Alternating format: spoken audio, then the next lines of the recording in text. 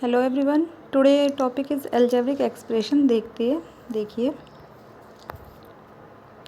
Algebraic expression में क्या होता है आपके पास लाइक एंड अनलाइक टर्म्स। नाम से पता चल रहा है लाइक का मतलब जो एक जैसे होते हैं, ठीक है। अनलाइक मतलब जो एक जैसे नहीं होते। अब एक जैसे का मतलब ऐसे नहीं है कि 3xy तो 3xy नहीं। लाइक टर्म्स मीन्स कि जो हमारे पीछे वेरिएबल होते हैं, मतलब जो अल्फ़ाबेट्स होते हैं पीछे, है ना, उन्हें बोलते हैं वेरिएबल। जो नंबर होते हैं उन्हें बोलते हैं कांस्टेंट। तो जो हमारे पास में जो वेरिएबल्स होते हैं वो सेम हो तो वो होते हैं लाइक, और अगर सेम ना हो तो वो होते हैं अनलाइक, ठीक है। तो आई होप ये दो टर्म्स आपके पास क्लियर होंगे। एग्जांपल देखते हैं, 3xy और 5xy दोनों के पीछे क्या है, xy।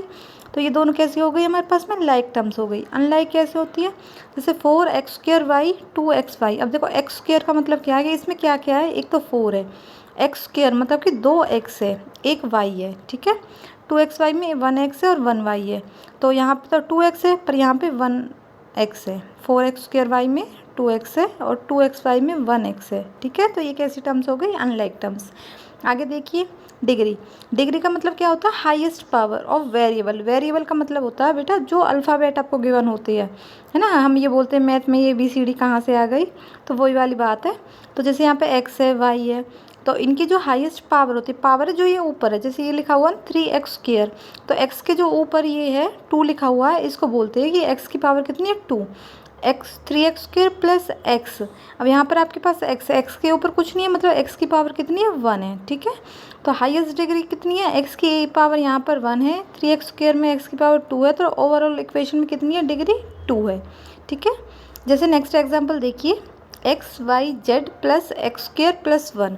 अब आप यहाँ पे क्या कहोगे कि भाई देखो XYZ के तो ऊपर 1 1 1 है और x के ऊपर 2 है, तो हाईएस्ट तो 2 है, डिग्री तो 2 होनी चाहिए थी। नहीं बेटा, क्या होता है हमारे पास में कि अगर 3 वेरिएबल एक साथ दे रखे हो, जैसे यहाँ पे XYZ है, तो उनकी डिग्री क्या होती है, उनकी पावर को हम ऐड कर देते हैं, तो 1 2 3। तो ओवरऑल इस वाली टर्म की, इनको टर्म बोलते हैं, जो प्लस माइनस साइन से सेपरेट होती है उनको टर्म बोलते हैं। तो XYZ की ओवरऑल कितनी पावर हो गई, 3। तो हाईएस्ट डिग्री, हाईएस्ट पावर 3, तो डिग्री कितनी हो गई, 3, ठीक है। अब देखिए, अगर टर्म्स में कंटेन हो मोर देन 1 वेरिएबल तो हम क्या कर देते हैं, पावर को ऐड कर देते हैं, जो मैंने आपको अभी अभी बताया कि if term contain more than 1 variable we have to add the power of all variables, ठीक है। नेक्स्ट देखते हैं। देखिए अब क्या होता है, अब जैसे ये गिवन आपके पास में 9x² माइनस 3xy प्लस में 5। तो सबसे पहले हम समझते हैं टर्म क्या होती है। भाई देखो हमारे पास में ऑपरेशन होते हैं, मैथमेटिकल ऑपरेशन, किसको बोलते हैं हम, एडिशन, सब्ट्रैक्शन, डिवीज़न, मल्टीप्लिकेशन। तो माइनस और प्लस, ये एडिशन और सब्ट्रैक्शन दिख रही है, इनसे जो सेपरेट हो रही है उसे ही हम टर्म बोलेंगे। कहने का मतलब क्या, देखो 9x² और 3xy के बीच में माइनस का साइन है ना, तो 9x² और 3xy क्या हो गई, टर्म्स हो गई। ऐसे उसके बाद एडिशन का साइन लगा हुआ है, फिर 5 है, तो टर्म्स क्या हो गई इसमें, 9x² माइनस 3xy और 5। देखिए अब आप ये कहोगे भाई मैम ऊपर तो 3xy था, नीचे 3yx है। बेटा बात एक ही होती है, xy इक्वल टू yx होता है, हम इसे ऐसे भी लिख सकते हैं, ठीक है। AB को इक्वल टू BA भी लिखा जा सकता है। तो इसमें इस वाली इक्वेशन में कितनी टर्म्स है, सॉरी इक्वेशन नहीं है, ये इक्वेशन का होता है जो इक्वल हो। तो इस एक्सप्रेशन में कितनी टर्म्स है आपके पास, 1 2 3, 9x² माइनस 3yx एंड 5, ठीक है। अब देखिए 9x² के हम फैक्टर करते हैं, मतलब एक तो इसमें 9 है और x की पावर 2, मतलब कितनी x है इसमें, 2x है। नेक्स्ट वाला देखिए माइनस 3yx, तो इसमें क्या क्या है, एक तो माइनस का 3 है, एक x है, एक y है, तो ये इसके फैक्टर्स हो गए।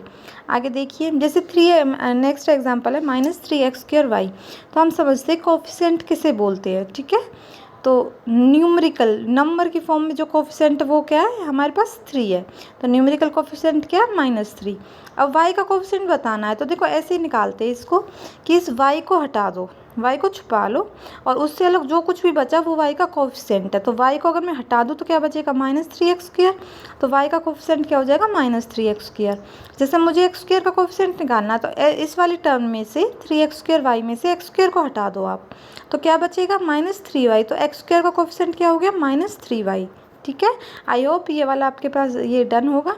अच्छा देखते हैं नेक्स्ट की मल्टीप्लिकेशन कैसे करते हैं। ये आपके पास इक्वेशन गिवन है कि x प्लस वाई मल्टीप्लाई में x² प्लस y² माइनस में xy। देखिए कैसे करते हैं, इस x को जो बाहर x प्लस वाई है, इस x की मल्टीप्लाई इस कंप्लीट से होगी x² plus Y square minus X Y complete से होगी, ऐसे फिर वाई की कंप्लीट से होगी। देखो नेक्स्ट स्टेप में एक्स की multiply X square plus Y square minus X Y से की, बीच में ऐड का साइन है तो ऐड का साइन लगाया वाई, और फिर से ये complete X square plus Y square minus X square. अब देखिए जब एक्स को एक्स स्क्वायर से मल्टीप्लाई करते हैं तो एक्स क्यूब, जब बेस सेम होता मतलब नीचे एक्स एक्स है, अब बाहर वाले जो एक्स है इसकी पावर 1 है और अंदर वाले की पावर 2 है, तो पावर ऐड हो जाती है, तो ये हो गया एक्स का क्यूब। प्लस में एक्स को वाई स्क्वायर से मल्टीप्लाई किया तो क्या आया एक्स वाई स्क्वायर, फिर एक्स को एक्स वाई से मल्टीप्लाई किया तो क्या आया X square and Y, plus minus minus होता है। अब सेम वाई को तीनों टर्म से करना, वाई को एक्स स्क्वायर के साथ करेंगे तो आएगा एक्स स्क्वायर वाई, देखो ये लास्ट में लिखा हुआ है, ठीक है। वाई को वाई स्क्वायर के साथ किया तो वाई क्यूब आया, और वाई को एक्स स्क्वायर के साथ किया तो हमारे पास एक्स स्क्वायर वाई आया, ठीक है। अब लास्ट में जो माइनस प्लस होते हैं वो कट जाते हैं और आपका answer x cube minus y cube आ गया। अलजेब्रिक एक्सप्रेशन के टाइप देखते हैं। देखो अलजेब्रिक एक्सप्रेशन के टाइप्स टर्म्स की बेस पे, मोनोमियल, मियल का नोमियल का मतलब क्या होता है, आपके पास टर्म होती है, मोनो मतलब एक होता है, तो मोनोमियल मतलब जिसमें बस एक ही टर्म है, इसमें क्या एक ही टर्म है 2x y। बाइनोमियल जब दो टर्म होती है, जैसे देखिए एडिशन के साइन से जो सेपरेट होती है वो टर्म होती है, तो प्लस के साइन से सेपरेट क्या क्या हो रहा है एक्स एंड वाई, तो कितनी टर्म हो गई इसमें दो, और जिसमें दो टर्म होती है उसको क्या बोलते हैं बाइनोमियल। ऐसे तीन टर्म्स वाले को क्या बोलते हैं ट्रिनोमियल। ऐसे ही मल्टीनोमियल होता है जिसमें मोर देन 3 टर्म्स होती है, ठीक है। एडिशन सब्ट्रैक्शन कैसे करते हैं, हमने अभी अभी पढ़ा था लाइक टर्म्स क्या होती है अनलाइक टर्म्स क्या होती है, तो बेटा एडिशन और सब्ट्रैक्शन खाली लाइक टर्म्स में होता है, अनलाइक टर्म्स में आप एडिशन सब्ट्रैक्शन नहीं कर सकते। जैसे मुझे बोला गया फर्स्ट में कि ऐड करो 5ab और 4ab, अब ये दोनों लाइक टर्म है, यस, क्योंकि इसमें जो वेरिएबल है इसमें भी ab है इसमें भी ab है, तो ये लाइक टर्म्स है, इनको हम ऐड कर सकते हैं। कैसे करते हैं, ए बी का तो ए बी लिख देते हैं और जो नंबर वाला पार्ट होता है उसे कर देंगे ऐड, तो ए बी का तो ए बी आ गया, 5 + 4 आ गया 9 आपके पास, ठीक है। जैसे सब्ट्रैक्ट करना है 7xy फ्रॉम 2xy, तो 2xy फ्रॉम 2xy में से 7xy को करना है, तो 2xy - 7xy इक्वल टू, देखो xy का xy आया, 2 में से 7 को माइनस करेंगे 5, नंबर कौन से बड़ा है 2 या 7, 7 के आगे कैसा साइन है माइनस का, तो -5xy। अब देख लेते हैं डिवाइड करना, डिवाइड हम कैसे करते हैं। ये क्या बोला गया है कि 15x³ + 12x² + 21x को 3x से डिवाइड करना है। सबसे पहले हम फर्स्ट सबसे हाईएस्ट पावर कौन सी है x³, तो 15x³ को 3x से डिवाइड करके देखेंगे, ठीक है।